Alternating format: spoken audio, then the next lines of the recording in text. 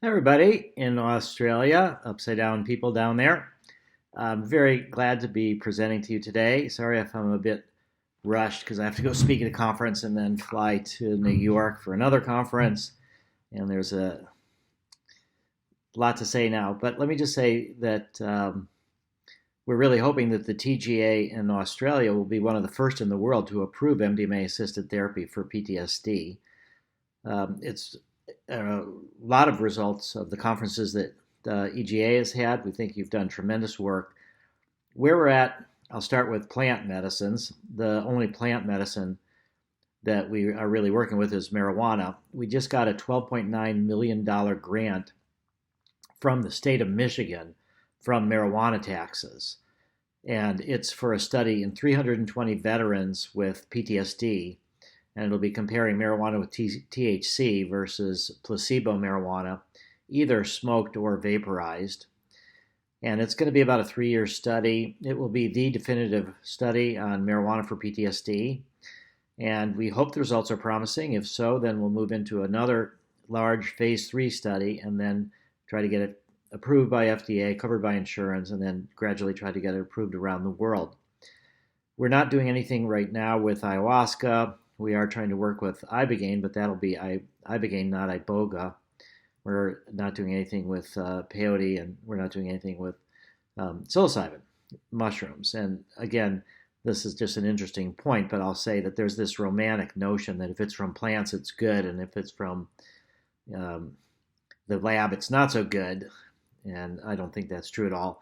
I do think that with marijuana, there's the entourage effect, which means that marijuana smoked is going to be different than THC smoked or CBD smoked. And so I think, and in fact, myself and many long-term marijuana smokers much prefer burning smoked or smoked rather than vaporized because you don't get the full complement of terpenes and cannabinoids that you get when you vaporize that you would get when you smoke or burn it.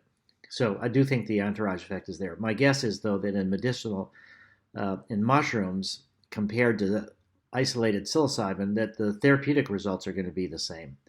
There may be additional medicinal properties of mushrooms not related to the therapy.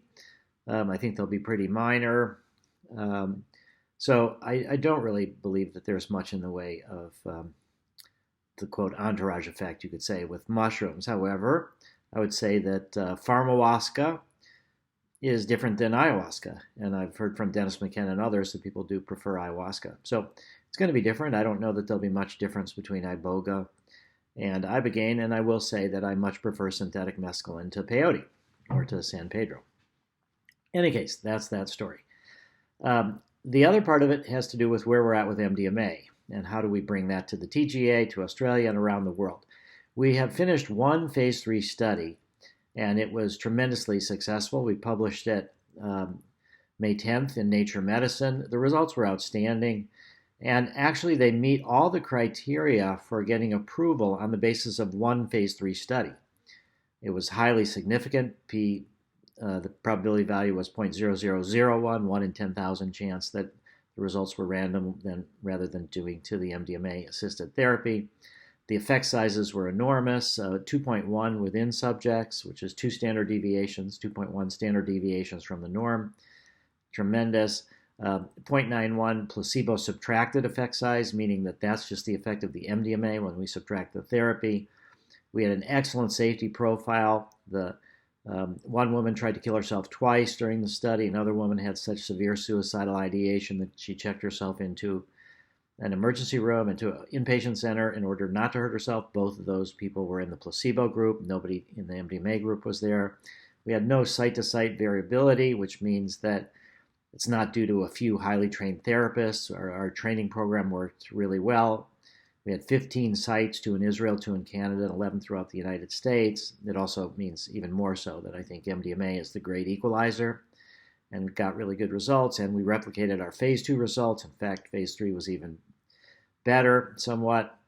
2/3 of the people no longer had PTSD at the 2-month follow-up. This is severe, chronic PTSD. 90% of them had suicidal ideation. Almost a third of them, about maybe even a bit more than a third of them, actually had positive behavior to kill themselves. More than a third had severe suicidal ideation. We enrolled people with a dissociative subtype, poor attachment styles. They're the hardest to treat. They also did really well.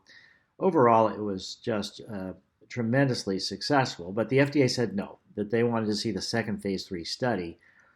And ironically, a short time after that, they approved an Alzheimer's drug, which is turned into a big scandal because they didn't even have one successful phase 3 study. They had multiple failed phase 3 studies, and they did a reanalysis of the data, and they showed some marginal improvement in some subsets with significant safety problems. And now it's a scandal. There's big investigations. How did the FDA do that? But in any case, we have to do the second phase 3 study. We've enrolled now 65 out of 100 people. The interim analysis will be in May of 2022. Will be done late October 2022. And then we submit to FDA early 2023. And we think by third quarter of 2023, we should have FDA approval. And before the end of 2023, we should have DEA rescheduling. We're hoping for Schedule 3.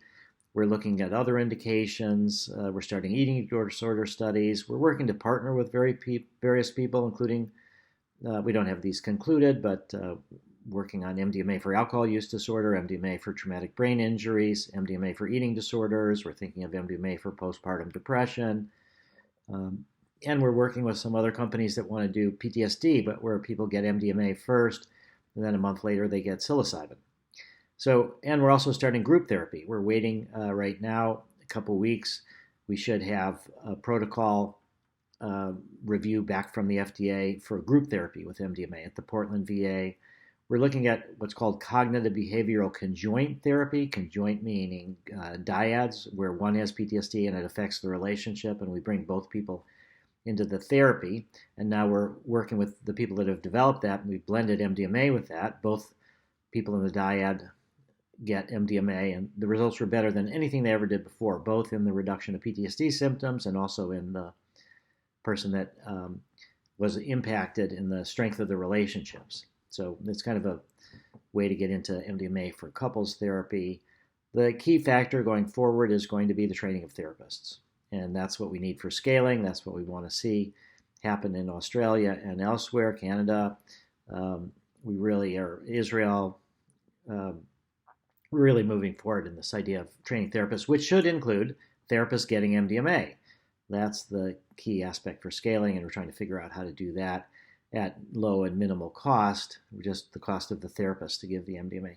So all told, all these things are looking really, really good, very promising. We need to raise enormous amounts of money still, 150 million, 50 million a year for 3 years through a combination of philanthropy, partnerships, and possible investments. It's kind of sad to say that philanthropy is drying up because so many people want to invest in these for-profit companies. But we'll see how we're going to proceed. But I just want you to know that Australia is a big part of our plans, and I am very glad to be able to present to you virtually. And once the world opens up, I look forward to coming to be there in person.